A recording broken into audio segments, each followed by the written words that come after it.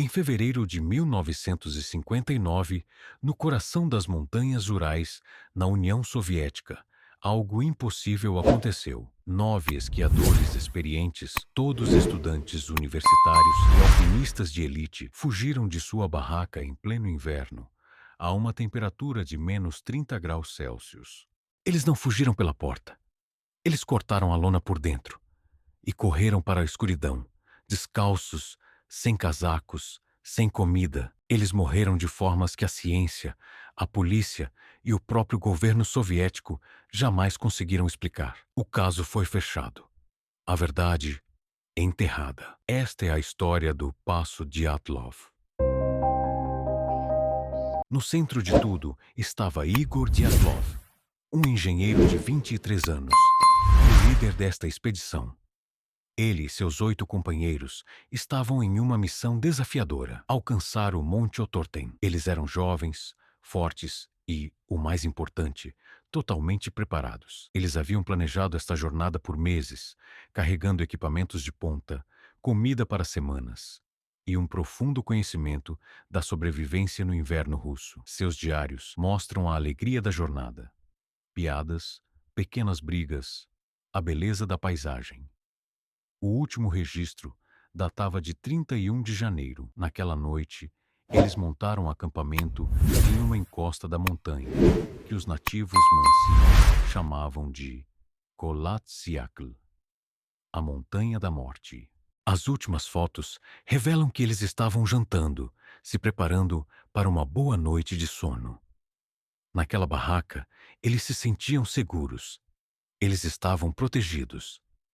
Mas em algum momento, entre o jantar e o nascer do sol de 2 de fevereiro, essa sensação de segurança foi estilhaçada de uma forma brutal. A equipe de busca, enviada após a data limite de retorno ser ignorada, finalmente localizou o acampamento. O que eles encontraram não foi um acidente. Foi uma cena de terror absoluto. A barraca de Dyatlov estava parcialmente coberta de neve. Mas o mais perturbador era como ela havia sido violada. A equipe percebeu que a lona estava rasgada em vários lugares, de dentro para fora. Não havia sinais de luta externa, nem pegadas de outros grupos. Parecia que no meio da noite, um pânico indescritível havia tomado conta do grupo. Tão desesperador que eles preferiram cortar a saída mais rápida através do tecido, em vez de lutar com os fechos da porta. Todos os sapatos, botas e casacos de inverno foram deixados para trás. O rádio, os equipamentos de escalada, a comida. Eles fugiram em meias ou completamente descalços em direção a uma floresta densa e escura a quase 2 quilômetros de distância, correndo, em linha reta, para a morte certa. Os primeiros corpos foram encontrados a cerca de 1,5 quilômetros da barraca, ao pé de um grande pinheiro. Eram Yuri Krivonichenko e Yuri Doroshenko. Eles estavam descalços e usavam apenas roupas de baixo. Sob o pinheiro, a cena sugeria uma luta. Os galhos mais baixos estavam quebrados, como se tivessem tentado subir na árvore. E uma fogueira mal acesa havia sido abandonada. O mais aterrorizante é que as mãos de Doroshenko estavam gravemente feridas, com a pele da palma da mão arrancada, possivelmente pelo ato desesperado de tentar escalar a casca da árvore ou cavar na neve. Eles haviam morrido congelados, mas a causa de sua fuga ainda era um fantasma no ar frio. Mas o verdadeiro horror só começou quando os outros corpos foram encontrados, semanas depois, sob a neve. As lesões não batiam com a hipotermia. Elas gritavam por uma força brutal. A investigação seguiu o rastro das pegadas, agora quase invisíveis. A 300 metros da fogueira, encontraram Igor Dyatlov, de bruços, e Zinaida Kolmogorova, ambos mortos pela hipotermia, mas com hematomas e sinais de luta. Um deles, Rustem Slobodin, tinha uma fratura de crânio que os legistas classificaram como trauma contundente, Mas a causa oficial da morte ainda era o congelamento. Essa foi a primeira ponta solta. O que causou aquele ferimento na cabeça? Um tombo no gelo? Ou algo pior? O inquérito tentou ignorar. Mas o verdadeiro horror estava reservado para a primavera. 2 meses depois, quando a neve finalmente derreteu em um desfiladeiro próximo, o restante do grupo foi encontrado. Estavam protegidos em um buraco de neve improvisado. Eram Lyudmila Dubinina, Semyon Zolotaryov, Nikolai Thibaut Brignoles e Alexander Kolevatov. A cena era de um filme de terror. As roupas de Dubinina estavam manchadas. Ao examinar os corpos, os médicos legistas ficaram em choque. Thibaut Brignoles tinha uma fratura maciça no crânio. Zolotaryov e Dubinina tinham as costelas quebradas. Uma força, segundo o relatório, comparável à de um grave acidente de carro. E o mais bizarro, Lyudmila Dubinina teve seus olhos removidos e sua língua arrancada. Uma remoção limpa, quase cirúrgica. Os corpos dos 4 estavam vestidos com as roupas que haviam sido retiradas dos primeiros 5. Isso sugere que os primeiros morreram e os sobreviventes cortaram e usaram suas roupas para tentar resistir ao frio. Mas quem, ou o que, causou aqueles ferimentos internos brutais, sem deixar marcas externas de luta? O mistério se aprofundou com o relatório final. As roupas de alguns dos esquiadores, especialmente as de Zolotaryov, apresentavam altos níveis de radioatividade.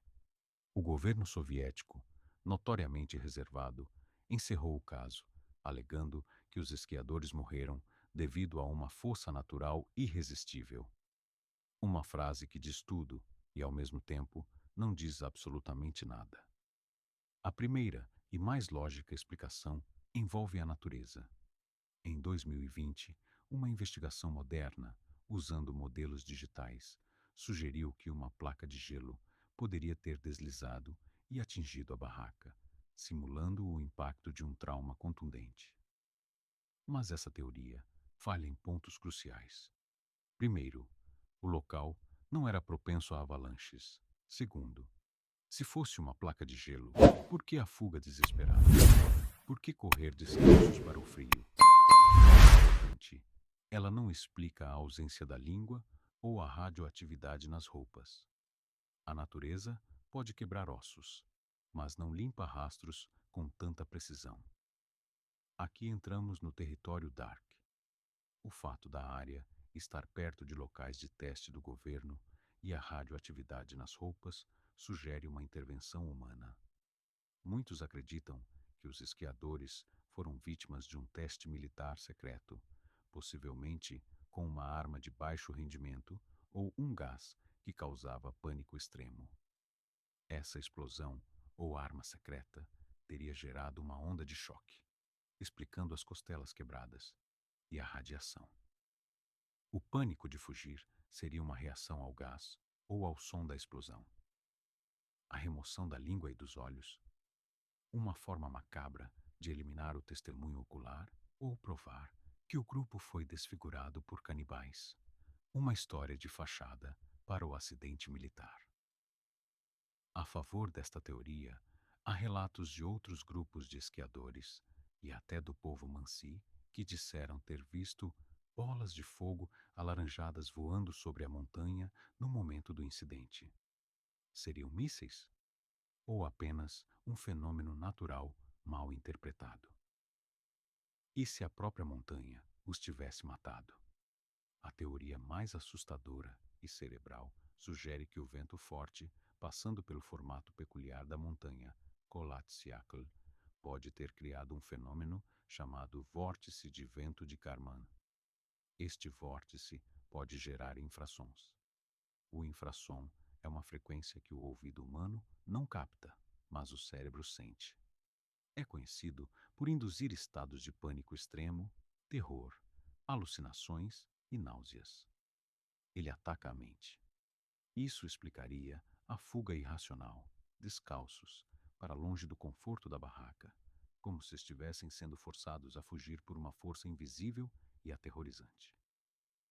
O que realmente aconteceu no Paço de Dyatlov permanece um mistério perfeito. O inquérito de 1959 deixou mais perguntas do que respostas. O medo era real, a fuga foi imediata e o horror das lesões é inegável. Seja um segredo militar acobertado, uma avalanche mal interpretada ou um ataque de pânico induzido por infrasom, uma coisa é certa: 9 pessoas morreram por algo que não conseguimos, até hoje, nomear. O governo disse que foi uma força natural irresistível. Mas qual força tão ativa, tão brutal e tão silenciosa? Deixe a sua teoria nos comentários e diga: você teria corrido?